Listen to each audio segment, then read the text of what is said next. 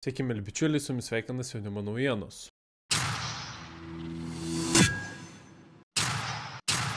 Noriu padėkoti visiems, kas prenumeruoja kanalą, pasidalino vaizdo įrašais, juos pakomentuoja ir paspaudžia patinka, nes tai yra didžiausias paskatinimas kurti toliau. Taip pat noriu nuoširdžiai padėkoti visiems, kurie paremėte Jaunimo naujienų anketą Patreon platformoje, tapdami Jaunimo naujienų laidos sekėjais Patreone ir pervesdami lėšas tiesioginiu bankiniu pavedimu į banko sąskaitą, nurodant mokėjimų paskirtį auka. Nuorodos, kur galima prisidėti finansiškai prie laidų kūrimo, paliksiu vaizdo įrašo aprašyme ir komentaruose. Pirmadienį pasirodė atnaujinti registruoti Finansų ministerijos siūlymai dėl mokesčių pakeitimų.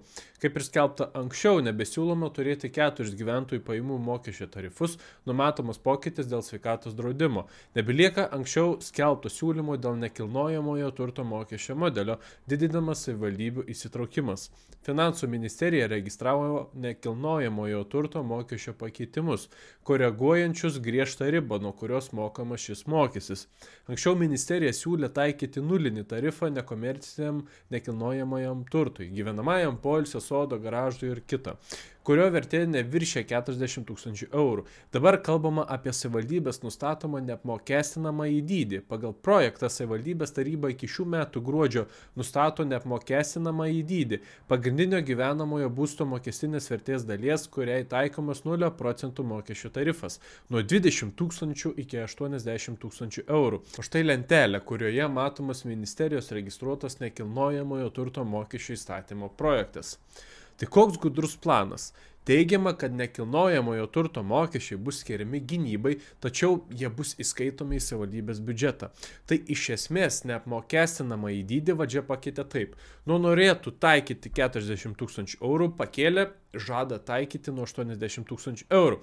Tačiau kas įdomu, kad pati savivaldybė galės nustatyti tą dydį nuo 20 000, kas gautųsi dar mažiau nei norėta taikyti, iki 80 000. Tai kur lygiateisiškumo principas? Kodėl tada vienoje savivaldybėje dydis, pavyzdžiui, galės būti mažesnis, o kitoje didesnis? Kame logika? Reikia atkreipti dėmesį, kad siūlomas mokesčio lengvatos pagrindiniam gyvenamajam būstui, jei jo vertė siekia iki 450 000 eurų. Nekilnojamo turto mokesčio suma mažėtų 50%.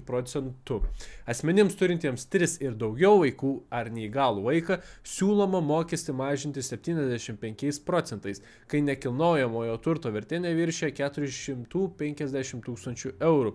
Tai apie kokias nuolaidas kalbama?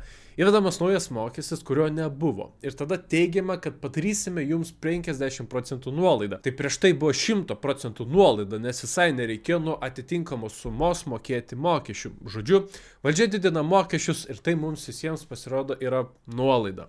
O verslas ragina Gitaną Nausėdą imtis lyderystės, stabdant žalingą mokesčių reformą bei inicijuoti nacionalinį susitarimą dėl gynybos finansavimo. Tam prezidentūroje įkurti specialią darbo grupę. Antradienį pranešė Lietuvos pramonininkų konfederacija.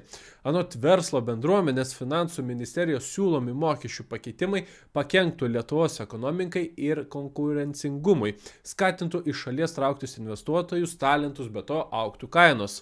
Na, reikia priminti, kad visai neseniai įvyko labai didelis protestas prieš nekilnojamo turto mokestį Vilniuje, į kurį susirinko 10 000 žmonių.